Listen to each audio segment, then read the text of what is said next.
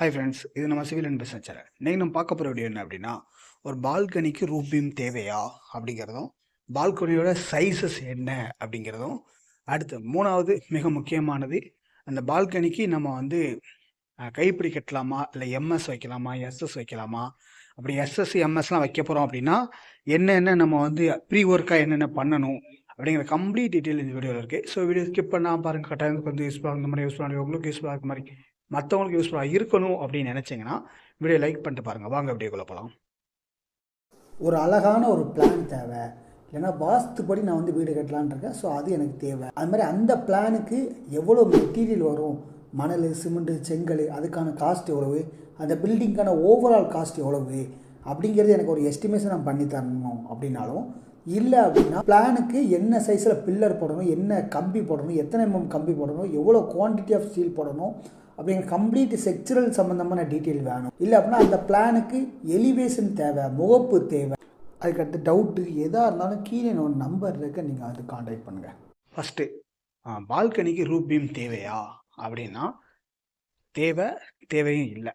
எந்த இடத்துல தேவை அப்படின்னா, நீங்கள் வந்து 3 அடிக்கு மேலே நீங்கள் வந்து பால்கனி நீட்ட போகிறீங்க அப்படின்னா அந்த இடத்துல ரூப் பீம் தேவை. 3 அடிக்குள்ளே நீங்கள் வந்து நீட்ட போகிறீங்க அப்படின்னா ரூப் பீம் தேவையில்லை, ஆனால் கன்சில்டு பீம் தேவை. அதுக்கான சைஸஸ்ஸு, ராடு எல்லாமே வந்து பார்த்திங்கன்னா செக்சுரல் டீட்டெயில் தான். அது வந்து எந்த இடத்துல காலம் வருது, அதுக்கடுத்து காலத்துக்கும் அந்த ரூப் பீம் என்ன சைஸ் வச்சுருக்கீங்க, ஸோ அதுலேருந்து நம்ம ராடு எவ்வளோ ஆண்டு நம்ம ராடு சைஸ் வைக்கணும், எல்லாமே செக்சுரல் டீட்டெயில் தான். உங்களுக்கு அந்த செக்சுரல் டீட்டெயில் உங்கள் பிளானுக்கு வேணும் அப்படின்னா ஸ்க்ரீனில் நம்பருக்கு நீங்கள் வந்து கான்டாக்ட் பண்ணுங்கள். உங்கள் பிளானுக்கு செக்சுரல் டீட்டெயில் ரெடி பண்ணி அனுப்புகிறோம். ஸோ 3 அடிக்குள்ளே இருக்கிறதுனால நம்ம வந்து ரூப் பீம் எதுவுமே கொடுக்காம கன்சில்டு பீம் வந்து கொடுத்துட்டோம். சரிங்களா? ஸோ அந்த கன்சில்டு பீம் வந்து போதுமா அப்படின்னா போதும். எதுக்கு போதும் அப்படின்னா, இந்த இடத்துல நீங்கள் எந்த விதமான லோடு எதுவுமே எடுக்கலை, இதில் வந்து நான் எந்த விதமான பிரிக் ஒர்க் எதுவுமே கெட்டலை, நான் வெறும் ஜஸ்ட்டு ஒரு எம்எஸ்ஓ இல்லை எஸ்எஸ் தான் வைக்க போகிறேன் அப்படின்னா அதோட செல்ஃப் வெயிட் வந்து நம்மளுக்கு வந்து கம்மியாக இருக்கும். ஸோ அதனால் நம்ம வந்து ரூப் பீம் கொடுக்காம ஜஸ்ட்டு கன்சில்டு பீம் மட்டும் கொடுத்து நம்ம அந்த ரூஃப்லேயே வந்து அந்த எம்எஸ்ஓ எஸ்எஸ்சியோ நம்ம வந்து உட்கார வச்சிடலாம். சரிங்களா? இன்கேஸ் நம்ம வந்து ரூப் பீம் நம்ம ஒரு வேளை முன்ன வந்து நம்ம வந்து ஒரு கைப்பிடி ஏதோ கெட்ட போகிறோம், ஒரு பிரிக் ஒர்க்கில் கெட்ட போகிறோம் அப்படின்னா அந்த இடத்துல நம்ம வந்து ரூப் பீம் கொடுக்கணும், டிசைன் பண்ணி கொடுக்கணும். அடுத்து ரெண்டாவது என்ன அப்படின்னா, என்ன சைஸ் வைக்கணும். சில பேர் வந்து 2 அடி பால்கனி வைக்கலாமா அப்படின்னு கேட்காங்க. 2 அடி அப்படின்னா நம்மளுக்கு இதுவே வந்து பார்த்தீங்கன்னா ஒரு அரை அடி நம்மளுக்கு வந்து வந்துடும். சரிங்களா? இதுவே ஒரு 5 இன்ச்சு நம்மளுக்கு வரதுனால அதுக்கு அடுத்து நம்மளுக்கு வெறும் 1 அடி 6 இன்ச்சு தான். இதில் டைல்ஸ் நம்ம நெத்தியில் ஒட்டணும் அப்படின்னா மொத்தமே ஒரு 1.5 அடி ஸ்பேஸ் தான் நம்மளுக்கு இருக்கும். அந்த 1.5 அடி அகலத்தில் நம்மளால் வந்து பால்கனியை வந்து யூஸ் பண்ண முடியாது.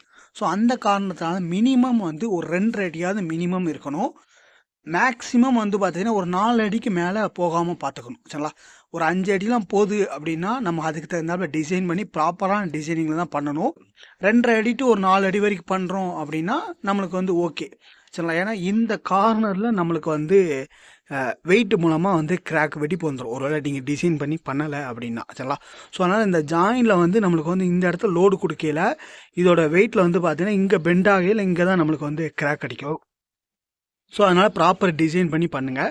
3 அடி வரைக்கும் பண்ணுறீங்க, 2.5 to 3 அடி அப்படின்னா நீங்கள் தாராளமாக ரூஃப் ஸ்லாபை வெளியே நீட்டி கன்சல்ட் பீமுக்கு மட்டும் நீங்கள் வந்து ஒரு செக்சுரல் கன்சல்ட் பண்ணி நீங்கள் வந்து பண்ணுங்கள். சரிங்களா? ரூப் பீம் இல்லாமே நம்ம வந்து பண்ணலாம். அடுத்து வந்து எம்எஸ்ஓ எஸ்எஸ்ஓ நம்ம வந்து வைக்கும் அப்படின்னா இந்த மாதிரி ஒரு லேயர் ஆஃப் பிரிக் வந்து வச்சு நம்ம வந்து பிளாஸ்டிக் ஒர்க் பண்ணிடணும்.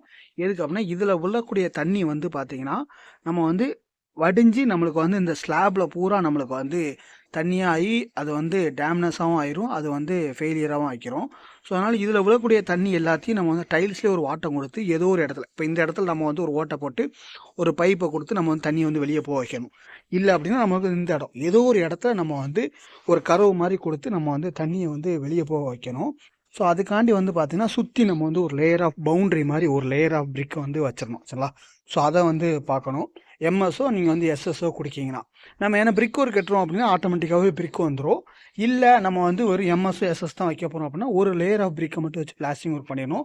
அடுத்து இந்த சீலிங்கில் வந்து பார்த்திங்கன்னா இந்த மாதிரி ஒரு உருட்டு வச்சிடணும். அது அங்கே விழக்கூடிய தண்ணி எல்லாத்தையும் வந்து பார்த்திங்கன்னா இந்த ரூஃபு கடத்தாமல் நம்ம வந்து ஒரு ஸ்டாப் பண்ணிடணும். ஸோ இது எல்லாமே முக்கியமாக நம்ம வந்து பால்கனியில் கவனிக்கக்கூடியது. தேங்க்யூ ஃபார் வாட்சிங் திஸ் வீடியோ. தேங்க்யூ. உங்களுக்கு ஏதாவது plan, estimation, elevation, sectional drawing, electrical, plumbing என்ன டிராயிங் கன்சல்ட் எதாக இருந்தாலுமே ஸ்க்ரீனில் இருந்த நம்பருக்கு காண்டாக்ட் பண்ணுங்கள்.